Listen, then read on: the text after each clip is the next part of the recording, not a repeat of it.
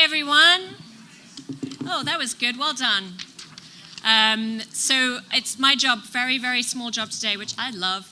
All I need to say is thank you all very much for coming. I know you won't be disappointed. We're going to hear from two very dynamic speakers, and we have a really fun giveaway afterwards, so stick around for that. And the other part of my job is to introduce our amazing partners and sponsors for this Fast Forward series. From AB Bernstein, introducing Marla and Julie. Please welcome Jordan Forney.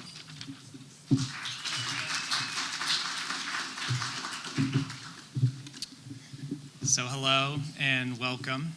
My name's Jordan Forney, and I'm an advisor at AB Bernstein, which is a global investment management and research firm. I'm here today representing my partner, who is a senior managing director at the firm and a board member here at Halcyon. My experience with Halcyon and my first exposure to the organization and the wonderful people and resources that they bring to bear really first came in the fall of 2016. When a close friend of mine was actually earned a fellowship to be a member of the 5th incubator cohort. And so it's been really fascinating to see him grow his business from what effectively started here 3 years ago.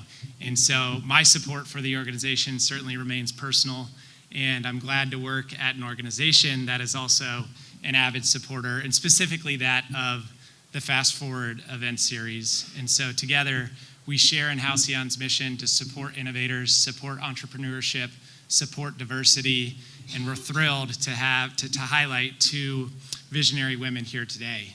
And so as somebody that's been an audience member for a discussion like this in the past, I'm always amazed at the accomplishments of those that take center stage, and rest assured today is no different. It's with great humility that I get to introduce Marla Beck and Julie Smolyansky. Marla Beck, who a lot of in the room know, is the CEO and co-founder of Bluemercury, which is an iconic high-growth luxury beauty retail chain founded in 1999 that was ultimately acquired by Macy's in 2015. She's also a cosmetics brand developer, having co-founded M61 Labs, makers of M61 Skincare, and Lunaster Cosmetics, a vegan cosmetics brand created to empower busy women. Prior to founding Bluemercury, she was a consultant at McKinsey. She holds an MBA from Harvard Business School, an MBA from Harvard's Kennedy School, and went to Cal Berkeley for undergrad. Among her many accomplishments and invitations to share her expertise on entrepreneurship, innovation, and branding, she's been appointed by Harvard Business School as an entrepreneur in residence and was named one of Goldman Sachs' 100 most intriguing entrepreneurs. She serves on numerous boards, remains active in the community, and resides in Bethesda with her husband and 3 children. Julie Smolyansky became the youngest female CEO of a publicly held firm when she took over Lifeway Foods at the age of 27 in 2002. And under her leadership, she's expanded distribution globally, continued the company's growth trajectory with creative product development and marketing, and boosted annual company revenues to over $100 million in 2018 from what started at $12 million when she first took the helm. Julie has been named to Fortune Business's 40 Under 40, Fortune's 55 Most Influential Women on Twitter, and Fast Company's Most Creative People in Business 1000. She serves as a member of the UN Foundation Global Entrepreneurs Council, was part of the 2015 class of Young Global Leaders of the World Economic Forum. In 2014, Julie co-founded a nonprofit, Test 400K, an organization dedicated to ending the backlog of 400,000 untested rape kits here in the United States. She's produced several documentaries, and she released her first book, a kefir cookbook, in the spring of last year. Julie lives in Chicago and is the mother of 2 girls. So with just that, I invite Marla and Julie to take the stage, and while they make their way, I encourage everyone to stay tuned for the next announcement of the next Fast Forward event series. But thank you, and welcome Marla and Julie.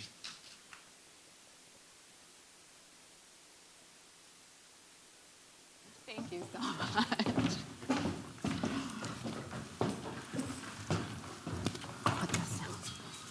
Oh, there we go. There we go. So not my first rodeo. I don't know where to start with Julie, with all of your accomplishments. Thank you. Youngest CEO to run a public company, 27. So let's go a little bit back to the beginning. First, tell us what Lifeway Foods is, and you grew up with the business, so tell us about what it was like to grow up with the business. Sure. Well, thank you all for having me. I love coming to DC, one of my favorite cities. So like powerful and so much buzz happening here. And I actually always credit DC with why I'm here. So my family and I were refugees from the former Soviet Union. And it was because of the advocacy and push for within activists here in DC and around the country that we were even able to leave through a small slit in the Iron Curtain. So this was 43 years ago in 1976. My parents decided to leave and defect, and we lived in Rome. We were in exile for 3 months and waiting for our papers to come, and we settled in Chicago. We were the first of 48 families to be settled. And my mother early on decided that there was a lot of food in the United States, but it was completely different than her Slavic food. And so she opened the first Russian deli in Chicago 2 years after settling. She learned English watching General Hospital. And we came with $116, and that led to the store, the deli. And I grew up in the deli behind the counter. Every day basically was behind the counter. And 10 years into it, into this immigration process, my parents said, my dad, they went to a food buying show, like a trade show in Germany, and they bought a bottle of kefir there, and my dad drank it right outside of the store, and he said, America has everything, but it doesn't have kefir. And my mom said, well, you're an engineer, why don't you design a plant and make the product, and I'll sell it in my distribution system. At that point, my mom had 4 delis and became an importer and distributor of Eastern European food.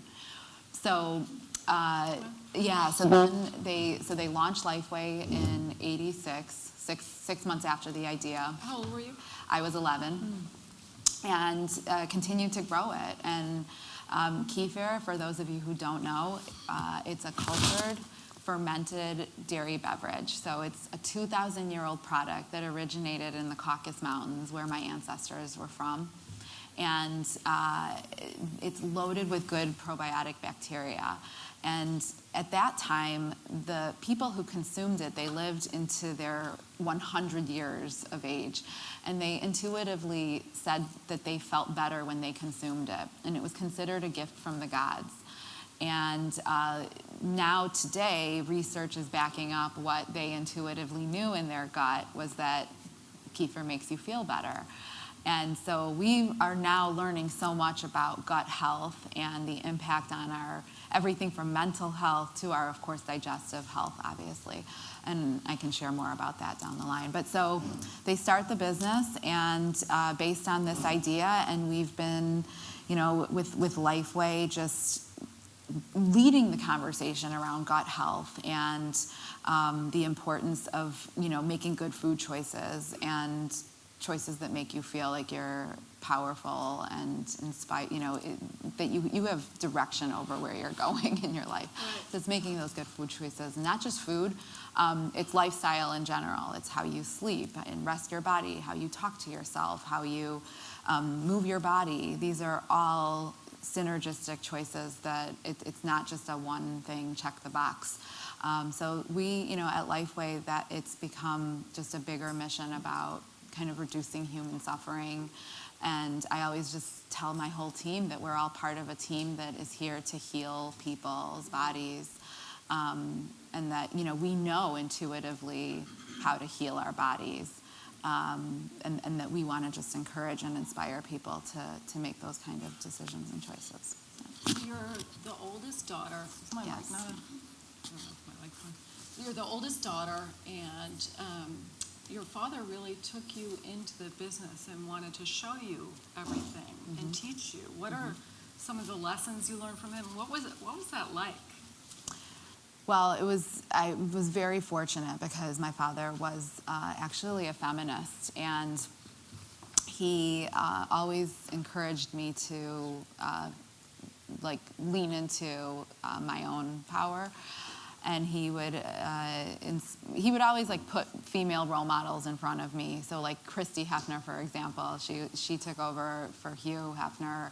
And I remember a special on CNN, and I came home from college, and my dad was like, Julie, you have to come see this. Come, look at Christy. Look what she did with her father's company. I want you to do that. Yeah. And if it wasn't for those messages that he gave me, and that moment actually really crystallized it for me, I don't know that I would have had that audacity to think that I could have done it, but because he told me, and he really paved that path for me, and it made me feel that it was possible. And he really pushed education on me, which is kind of unique. A lot of immigrant families expect their daughters to be married off rather early. That's kind of a common theme within immigrants. My father, though I did get married very early, didn't push this on me, and he all along the way told me, don't worry about your marriage or your career, worry about your career. Push your career, push your education, everything else will come. So because he really encouraged that, I think it helped me lean into my ambition.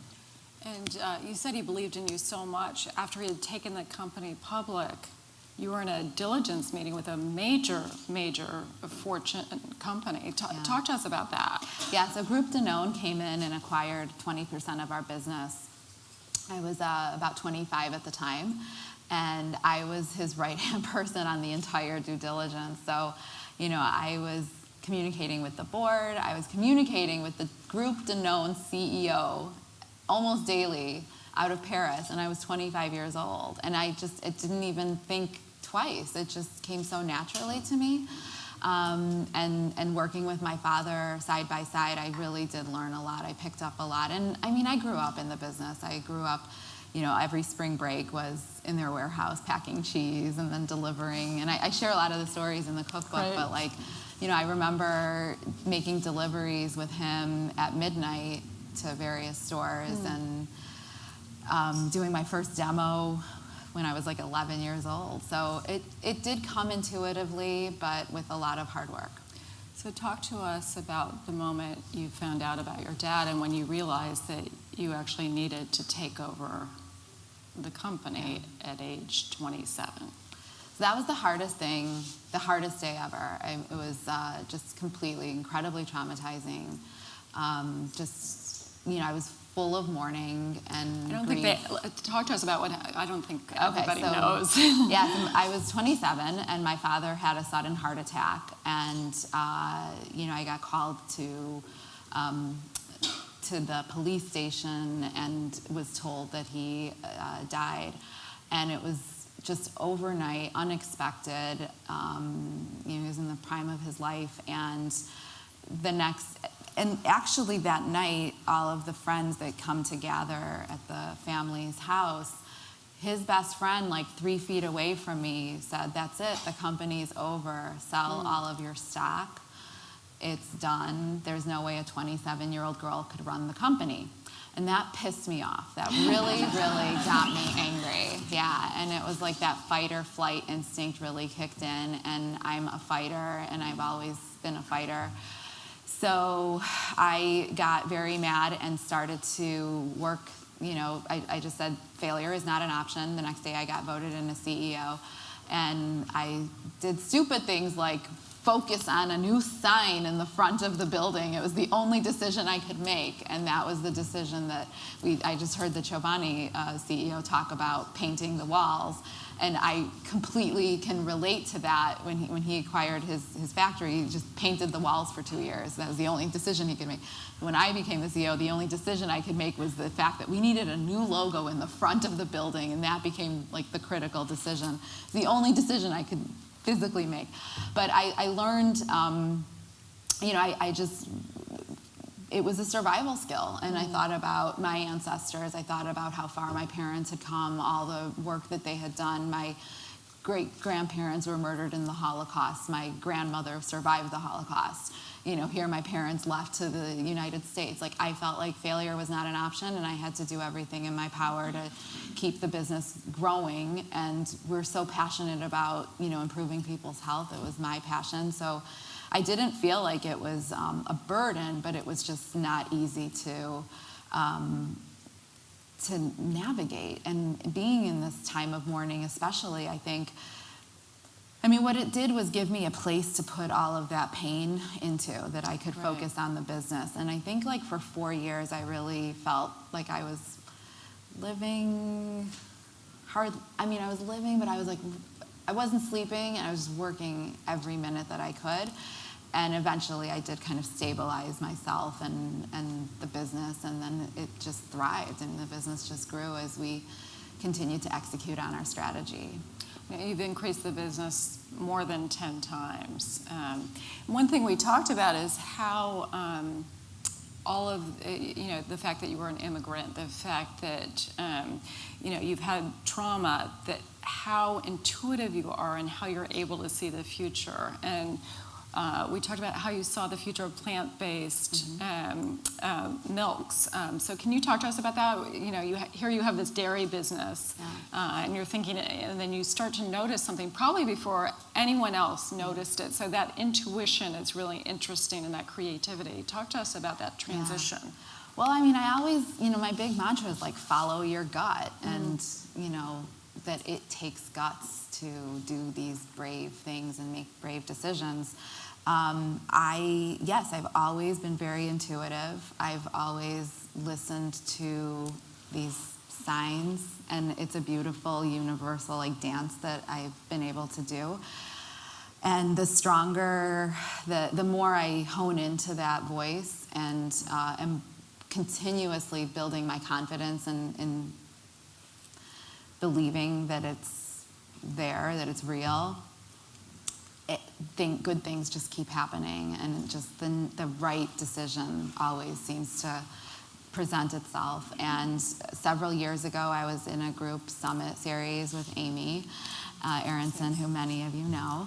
And I was listening and brought some product down and listening to conversations around the product and my friends who were talking about my product, and really paying attention to how they were using it or not using it, and being very mindful of what was being said and my experience with it and my feelings around it. And I came back from that conference, and I just knew that we needed to create a plant-based option, a dairy-free option, and that this wasn't just a fad, that this was actually a movement that was happening and critical for our business to evolve. And so we didn't want to alienate our dairy drinking consumers that have been with us for 30 years plus, or the fact that this is a 2,000-year-old product that we now needed to innovate to bring to 2020 and make it accessible to people who are either not drinking dairy for ethical, reasons, or for the environment, or for an allergen reason or a health reason. We needed to really deliver a new innovation to the marketplace. So we innovated Plantiful and developed a plant-based version of our line, which we're really excited about. We've been tried it, it's amazing. Thank you. So if you're dairy-free or want to play with that lifestyle a little bit, we have the Plantiful line now. So that's nationwide. And we've spent 3 years formulating it. It was supposed to be launched last year, and I had already started launching it. I was out in New York doing media. People were already sharing and posting about it, and then 10 days into the launch, the product fell apart, and it was not able to be when we started to scale it commercially, it just didn't work. And so it was very, very stressful and scary, and but we went back to the drawing board and got the right product, and it's doing really, really well, and I'm really, really happy about it. It's been like a breath for me to just be able to now relax and know that it's going. It's a bird, and it's gonna fly.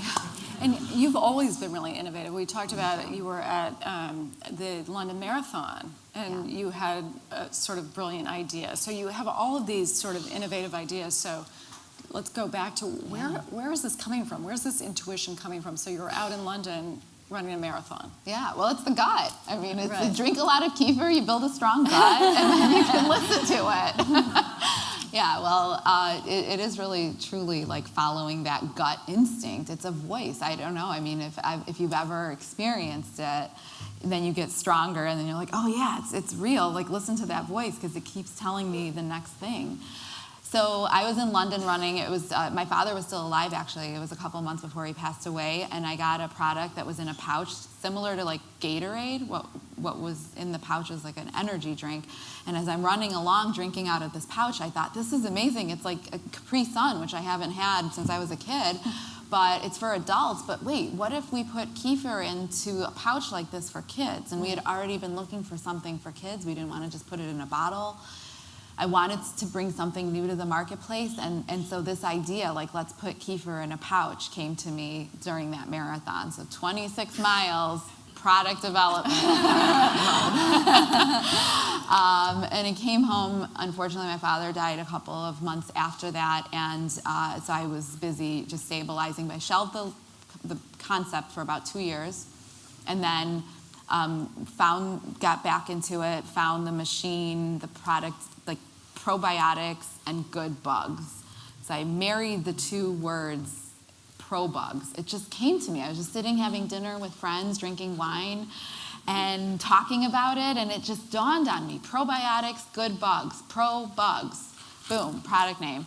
And then I thought, instead of just using a cow as a character on a picture for kids, like I'm so bored, like over cows, cartoon cows, love cows, but sick of the cartoon cow to represent every product. So thought, well, what if we made the bugs like a character, like a cartoon character, good bug, and then gave each of the bugs names and like humanized them, and so Princess Polly is in your tummy and she waves her magic wand and the bad bacteria, the great little story. And so kids loved it, and this was the most expensive dairy product being launched during the recession. Really? The most expensive one. Everyone said I was crazy. They're like, this is the most expensive, people are losing their jobs, they can't afford this, you can't do this right now. And I just thought, parents will not maybe go on vacation or buy a car or buy a TV or buy a house, but they will do the affordable luxuries, the things that make them feel good, and feel that they're making their children's health better. And it was a time saver because parents were able to save about 15 minutes of feeding versus like using the spoon. So little babies could like hold the pouch by themselves, and it was a no-spill spout. So this all just, again, intuitively, the product kind of came to me, and it was one of the best-selling products at Whole Foods. It was a category leader. Whole Foods told us that like people came into the store to buy the pouches. Wow. So it was a very, very special product line. And I know that when kids are drinking this product and they're drinking kefir and they're restoring their good microflora and they're getting sick less, and that keeps parents, not having to take work time off, and it's good for everyone. It's good for everyone, and the kids feel good, and it builds their gut and their immune system. So you're the chief creative officer in addition to being a CEO. So what have you learned over this time being a CEO? So you're a new CEO at 27. What were some of the things that you had to learn as a leader to sort of bolster what you wanted to get done? I'm still learning that. Still learning it. We're all learning. It's a journey. Well, I learned, first of all, one of the biggest things that I will always say is like self-care, like practice self-care, and that everyone should really have a place to go to put all of that stress into, because it's very, very hard. No one sees like how hard it is behind the scenes. They see the glamorous things, they see the beautiful photos, but they don't see, sleepless nights, days and days of sleepless nights, or getting on a plane and being like in hotel rooms and eating, minibar food. And like nobody sees that. Or like when you have several bad weeks of revenues and you're like freaked out, like, is this gonna last, or is it, gonna change, or, just no one sees that.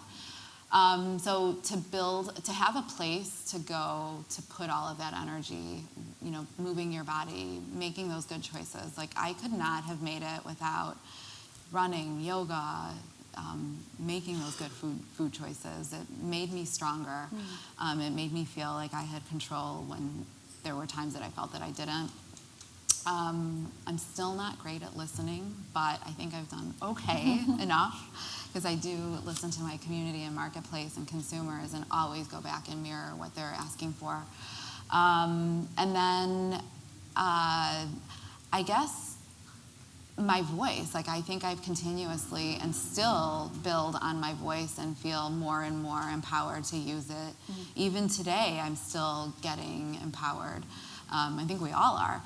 But to have that confidence that we have the ability to direct the future is pretty powerful. I mean, letting go of fear and leaning into being uncomfortable.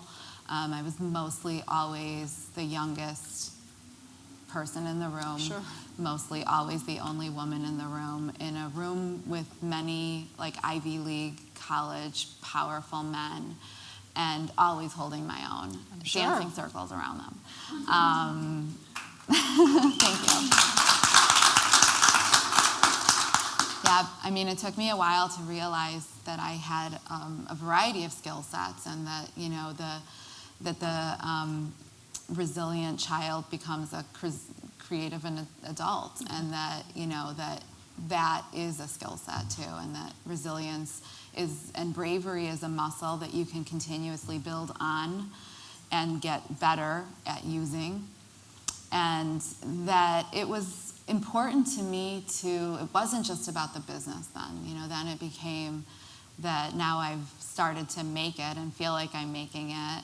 Now I have a bigger obligation to the society in a bigger way to share this story, to hopefully make sure that little girls and boys see strong, powerful women in these kind of positions, because I think it will ultimately lead to a healthier and safer world. And the more, like, a rising tide raises all ships. So I wanted to empower as many people along the way as I could, and bring as many people along with me. Who do you turn to? Do you have mentors or champions that have supported you over the years? So many people. I'm so grateful that the universe has put so many amazing people in front of me. Some people I never met, and some people, you know, I just know them from afar and have followed their career, and they inspire me. And some people I have met, many of my role models. Things that have, I mean, I think about Oprah was a big role model for me, and I hung on to her for dear life. My mother, of course, my mother, even though it's a complicated relationship, my mother, you know, overcame so many obstacles and did the best with what she was able to do. But I watched her build her business, you know, come over, be, again, learn English in the middle of this. It's incredibly traumatizing, and, you know, being able to work two immigrant groups, an immigrant group and then the American community, and going back and forth between those two is another skill set. I joined like YPO, which was a business organization, a networking group for leaders under the age of 50 of a certain size. So that was very helpful to me to kind of see how other CEOs do it. And, you know, but I learned you can be a CEO many different ways, that there's no one way to do it, and that each leader can find what works for them and find their style, and that embracing your authentic leadership style is actually the best thing that you could do. That's what has helped me quite a bit, that I, you know, try not to be something that I'm not, because then it does look fake. So joining YPO, having that group of others, and to be able to learn from and have best practices. Gosh, I mean, I consume a ton of content, like reading a lot, always just curious, just that curiosity, this idea that we never stop learning, that, you know, in every mentoring situation, I'm learning as much as mentoring. You know, those are some principles that have driven me. Any pieces of advice you've gotten recently that it's really sticking with you today? Lately, I've been focused on the idea of love and like leading with love and opening your heart. I think that right now, and especially right now, that communities and people feel so disenfranchised from the world and their communities, and how many people feel alone. And even though that, you know, we're all so connected on our devices, and social media has become such a big part of our life, but the more and more I talk to our consumers, and the more I hear how lonely they feel, how stressed they feel, how burdened they feel, how much pain they carry in their bodies. And I feel that it's up to us now to share some of the love and open our hearts to the world and to anybody who has a chance to hear the story. And hopefully, if people feel those moments of despair, that they can maybe remember either me or the company story, and just think that, you know, there's bright days ahead, and always look to hope. And I always have hope. And I don't know, leaning into the light feels like another thing I've been focused on, is finding those moments of light. I've had a lot of challenges myself, and have had to work through my own, you know, anxiety and my own challenges. And when you come out of it on the other side, you do really realize how it feels so good. It feels like you've climbed a mountain, and that you are stronger from it, and that's where bravery lives. And, you know, in all of the broken pieces, the light shines in the broken pieces, and that's where the courage and bravery shines. So just being more honest with my own journey, with my own story, I think has been something that I've been encouraged to do, and what I try to do. And you give so much back to the community. So in addition to being a mom, CEO, and growing your business exponentially, you've started a nonprofit, you produce films. Tell us why you're doing that and how that started. Sure. Well, I've always been an activist.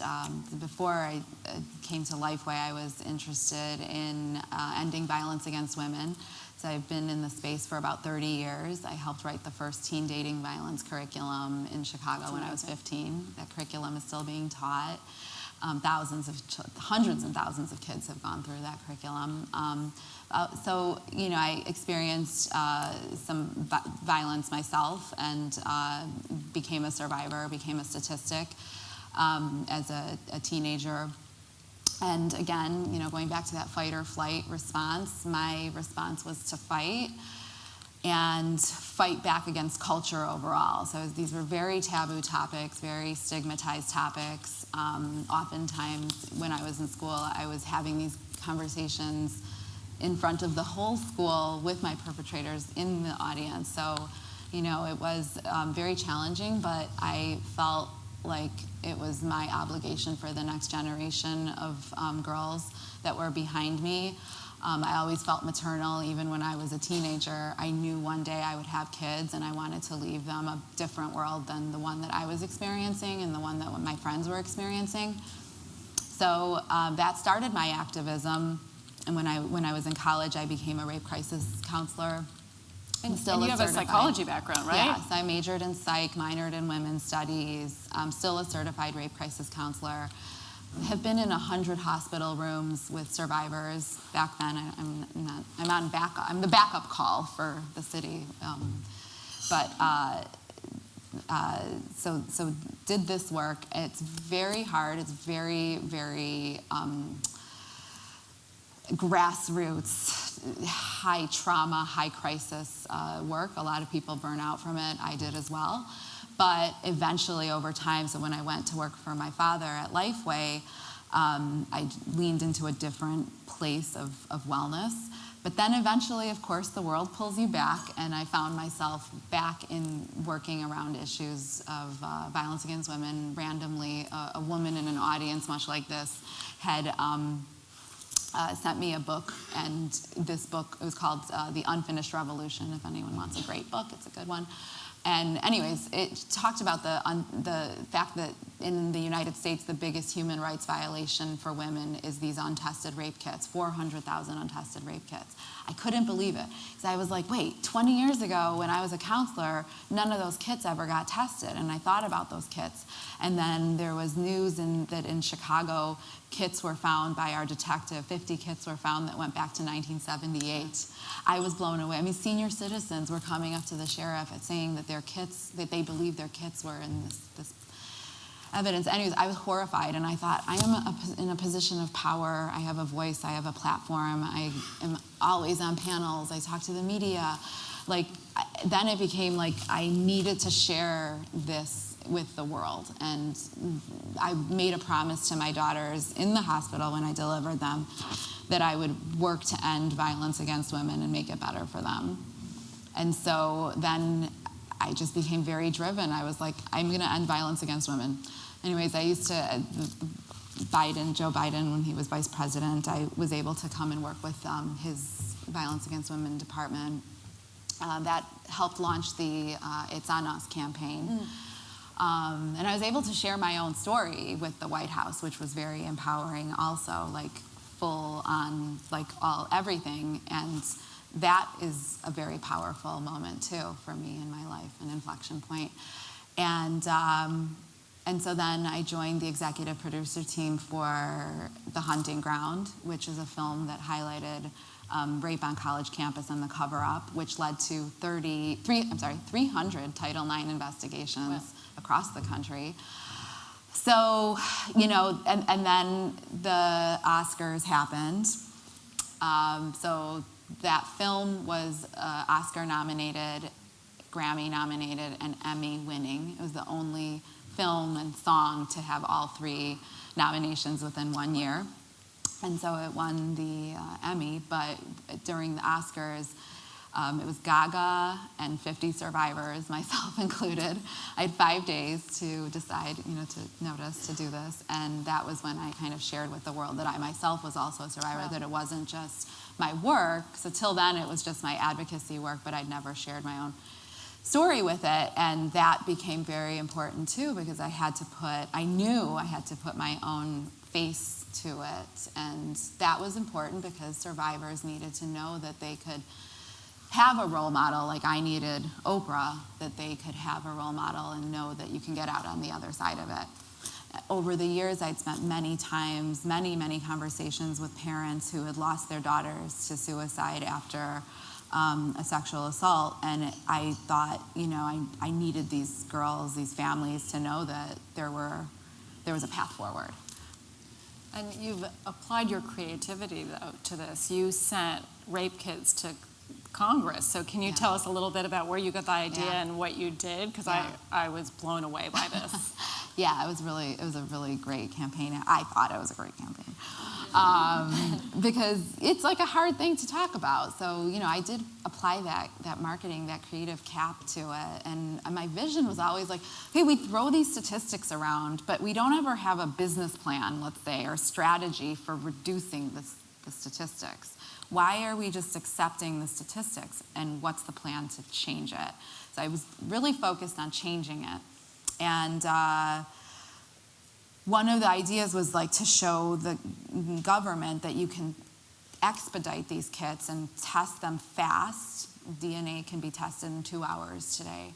And that you can track them, that like when you buy soap on Amazon, you know where your soap is from the minute you click till it lands in your house. Why don't we track these kits? Why are we not treating these kits like they are sacred the way that they are, and that behind each kit is a human life and families and communities that are being impacted? So anyways, we FedExed an untested kit to every governor in the country. We publicized the FedEx tracking numbers so that every constituent, every media person can go out and track their kit, see how fast it could all happen, and how transparent it could be. And so then put a call to action out. We've had several governors sign the call to action, and we were able to change some laws. We halted the statute of limitations in Illinois. That prompted nationwide legislation changing and rape kit reform all over the country. And of course, with the Me Too movement, we've had many, many other people come into the space to talk about it. So yeah, I mean, it's changed. I mean, and to be able to sit here today and say that I've put a couple of pieces of tile onto that mosaic is very, very, very special to me. And I'm very, very proud that I was able to make it here. So you're a complete visionary and on many fronts. What are your hopes and dreams for Lifeway, for yourself, for how you're spending your time? I mean, you've got a new cookbook, you're looking at CBD, you have so much going on. So much. What are your hopes and dreams? I mostly want to heal people, help heal people. I mean, we all have to make the choice to heal. I think for myself, you know, I've spent so much time focused on building, on creating, on innovating, on you know, the other space, my side hustle. I worked on education and prevention and awareness of sexual assault. And I think today I'm really, really focused on healing myself. Like I could finally take a breath, because for 30 years I felt like I was the only one doing. I know I wasn't. There's so many people, but you know, it is a small world, and it was a lot, and now it feels like there are so many more voices today and so many more people that feel comfortable, more empowered to talk about it, and that we have the vocabulary for it. So, I mean, I want to heal myself, but I also think that when I heal myself, that's also healing the rest of the community too, and that it would inspire people to do that work. I think that's really important, and I just want to continue to share this message that, you know, when you don't feel good, there's nothing else that matters. And the domino effect of not feeling good is so, so dramatic in the world. And I think, you know, when I think about the impact on mental health today that the microbiome has and the gut, and the fact that, like, we can manipulate that we can increase our own serotonin, and that doesn't require a pharmaceutical. Sometimes it does, but oftentimes you can do a lot with good food choices and moving your body for an hour, 20 minutes, whatever. That helps a lot. So just making these small choices, and there's such a ripple effect. And I have so many customers, like being on the book tour, being able to talk to people and seeing the impact that our product has had on their lives. Like a woman came up to me and said that our kefir was the only thing her sister could drink during chemotherapy. And I just thought, like, if we're reducing suffering and bringing some nutrition to somebody in their time of need. I was recently in the hospital. A friend of mine ended up in ICU. Almost the whole year we've been in ICU with him.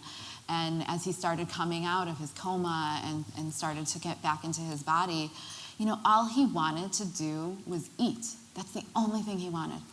And the only thing he could have was kefir. It was the only thing that he could drink and tolerate. And I saw my product in action, really working in the hospital for him and for so many other people and for kids. I mean, there's nothing more powerful than feeding people and bringing them health and wellness, and to know that like I am a healer, and that my team is a healer, are all healers, that everybody who's a part of this is a healer. And now that you've heard the story, you too are healers. So let me wave my magic wand. So that's what I really want. You know, eventually I'd love to write my memoirs. I always say this is like the pre-food book. It's just the small little vignettes of small stories about, you know, entrepreneurship and my family, and I'm able to talk about refugees and whatever, just like using food as a platform and kefir as a platform to have bigger conversations. But yeah, I'd like to write my memoirs. I'd like to turn those into a Oscar-winning feature film. There, I said it. Now it has to happen. We're gonna watch I'm gonna manifest it in the next decade. I'd like that, and you know, just love. Like, I mean, we're here on this earth to show up for each other, and what does that look like? And how can we remind ourselves that we're in it together, that no one is here alone? And when I think about the people who have not made it and in their times of suffering, like what could have been different? And I would like to help make people feel less alone. I love that. Thank you. Leader, innovator, healer. I mean, I can't wait to see what you do next. Thank you. Thank you. I know we're going to have a lot of questions, and I know we're giving out the book, so just real quickly, do you have any favorite recipes? Like if Oh someone... my gosh, there's so many. So- I love the butternut squash soup for Thanksgiving. It's really Okay, good. I love the Brussels sprout salad. We serve it on almost every tour stop. I don't know, I love like the deviled eggs it's a great story because so when my parents started the business, they were, Russians consume a lot of caviar. So my parents were bringing in buckets of caviar into the country. And then we had excess caviar, and it was before sushi was a thing. This was the late 70s, early 80s. So I remember driving around with buckets of caviar at like midnight, delivering them in my father's car, and he'd walk. There were 5 sushi restaurants in the city, and it was the first time I had a tamago, like the egg. So I married caviar with eggs, like a deviled egg, and I talk about that story with like the two my father, a Russian immigrant, and the Japanese immigrant restaurant owner, sitting down together to have a meal at midnight with a sleeping toddler in the booth. So I like that story and that recipe a lot. But everything's really good. There's great smoothies in there, and then the new plant-based line. There's some of it back there. Great. So that's dairy-free, so you can kind of alter the recipes and get creative, or just drink it straight out of the bottle. That's good. Thank you. So we're going to open up for questions for Julie, and I think do we have mics? Yeah. So anyone have a question? Do we want to, there you go.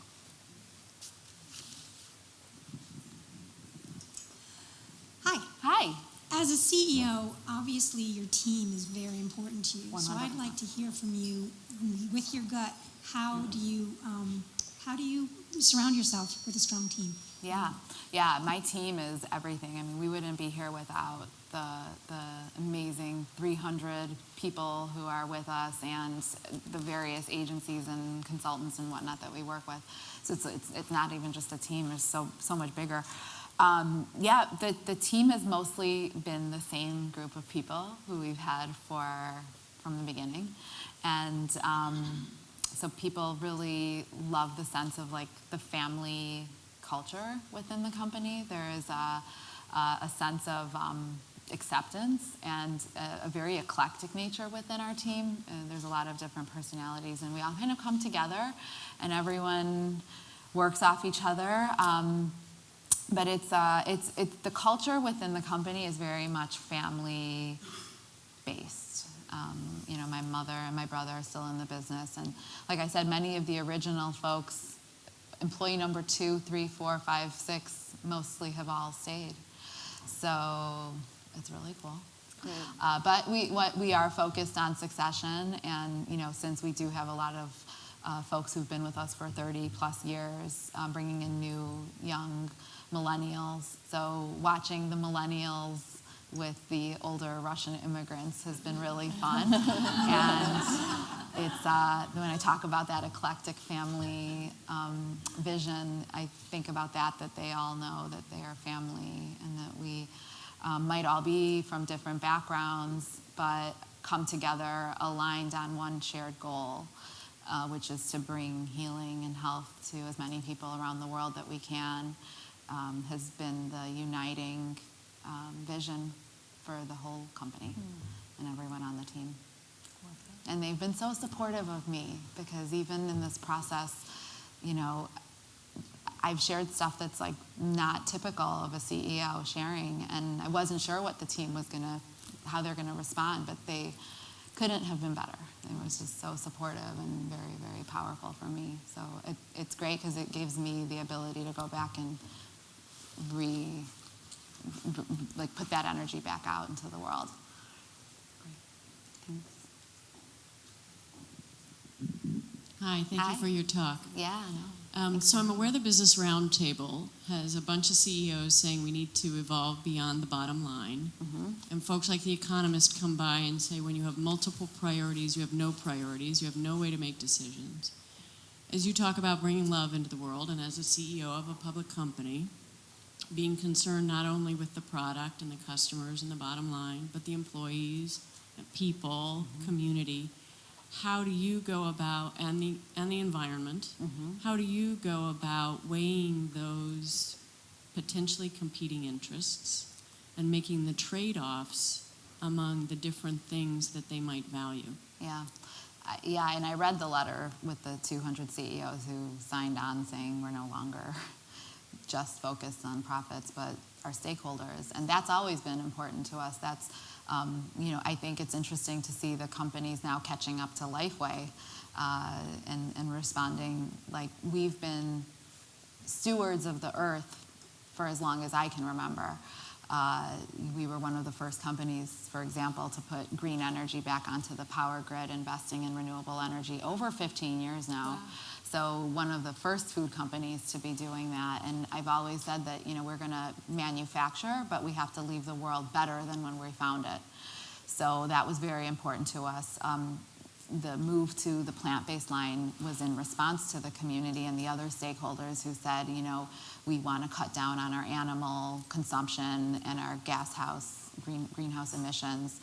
So we want the plant-based line. So it was in response to the stakeholders, and I put the stakeholders first above everything else, and that's everyone from employees, customers, vendors, the earth, all these other stakeholders before almost everything else.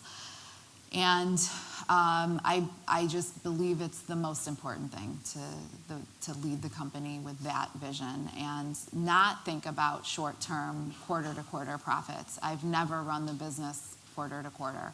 It's always been about long-term vision, 5 years plus 10, 20, 30, 100 years. I want to build a brand that is not just for this time, but for all times, for all generations. I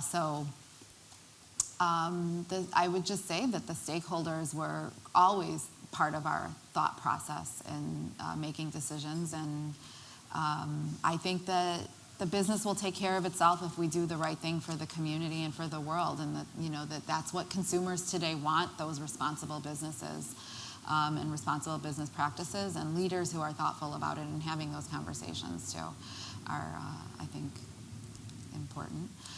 Yeah, I mean, did I not ask? Really, the values, the ethics, the direction of the leadership.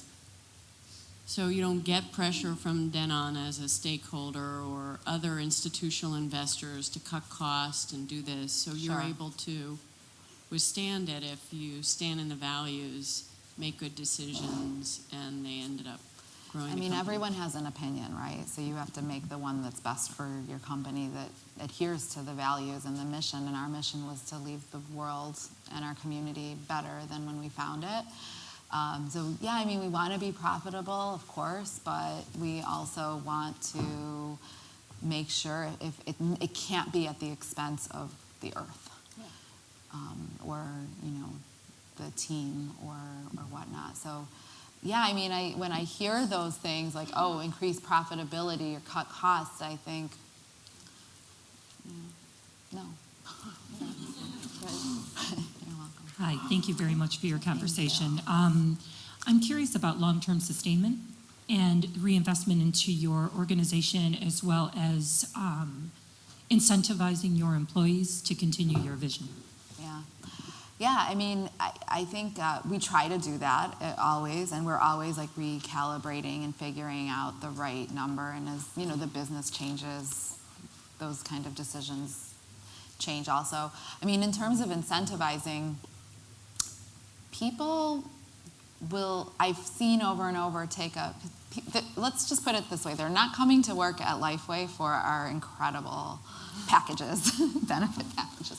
Although we try to do everything we can, they're really there because they believe in the values and the authenticity of what we're saying, what we're trying to do, the products that we're producing. When they see the impact on the world, when they're able to hear consumers share, that is the incentive, and everyone tries and works so hard. I'm always blown away by, if something breaks down, they'll be there all night long fixing a machine.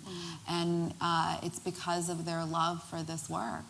And it's really authentic, and I think because we don't have that high turnover, it's another example for me that tells me that we're on the right track. And we can always do better, and we're always learning, and the needs change too. Everyone's needs change, and even their needs within the company year to year change. So just being able to listen, to have that open door, to be approachable has been very important to me, and showing up for the staff and the team. And I think they're, my family. It's an extension of my family. It feels like my family. Yeah. Thanks, Melanie. Thank you. I think we have a question back here. Hi, my name is Tina Webb. I'm a doctoral student with the University of Southern California. I'm also a social innovation strategist, working on preventing and ending HIV among African American women. I wanted to ask, have you thought of any campaigning as far as using probiotics to help reach the HIV community as far as the benefits to help with the disease progression? Like, there are studies that are ongoing right now about how probiotics can help with decreasing some of the inflammation that comes from the antiretroviral treatments, and then also it can also just help with just people with the disease and helping with, like you said, their gut health. Yes. So have you thought of any campaigning to reach the HIV community, HIV/AIDS community? We haven't specifically done a campaign for HIV, but I think it's a great idea, and I'd love to talk to you further on it.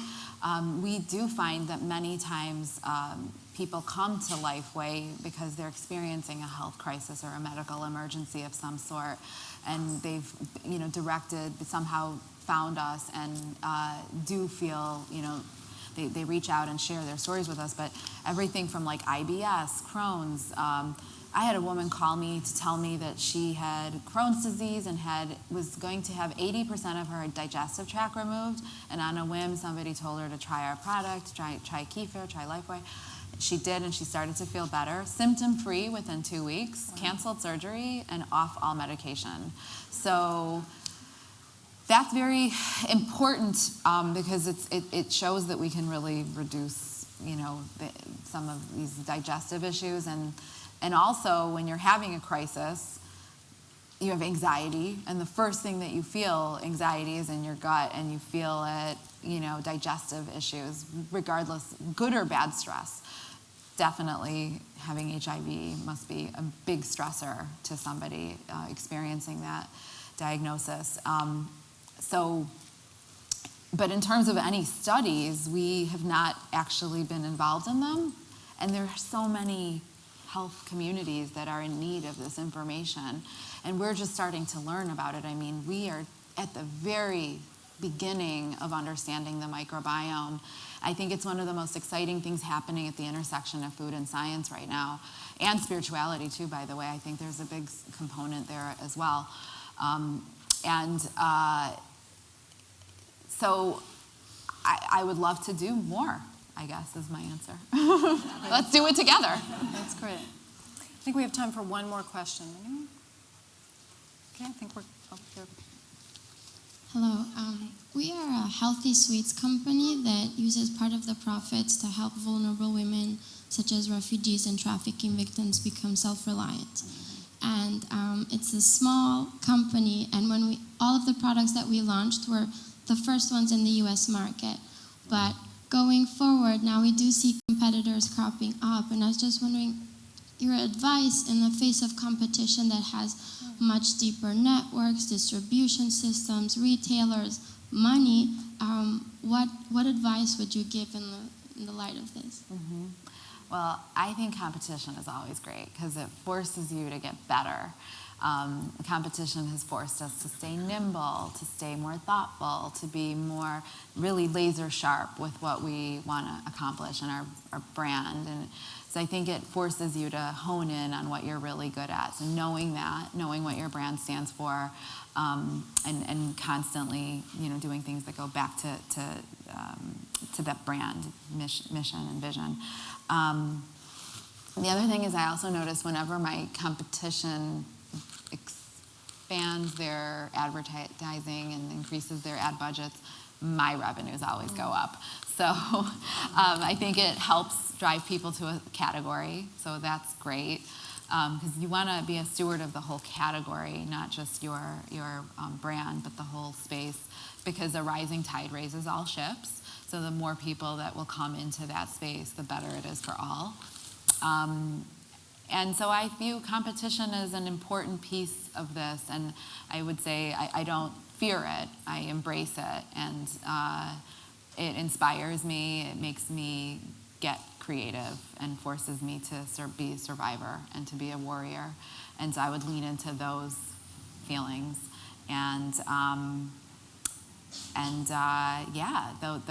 That's really the biggest piece of it, that the competition forces you to be better. So I always say thank you. I am so grateful for the competition, because now we can really go even harder and better. Yeah. Julie, thank you for coming today. The humanity you bring to business is unparalleled. Thank you.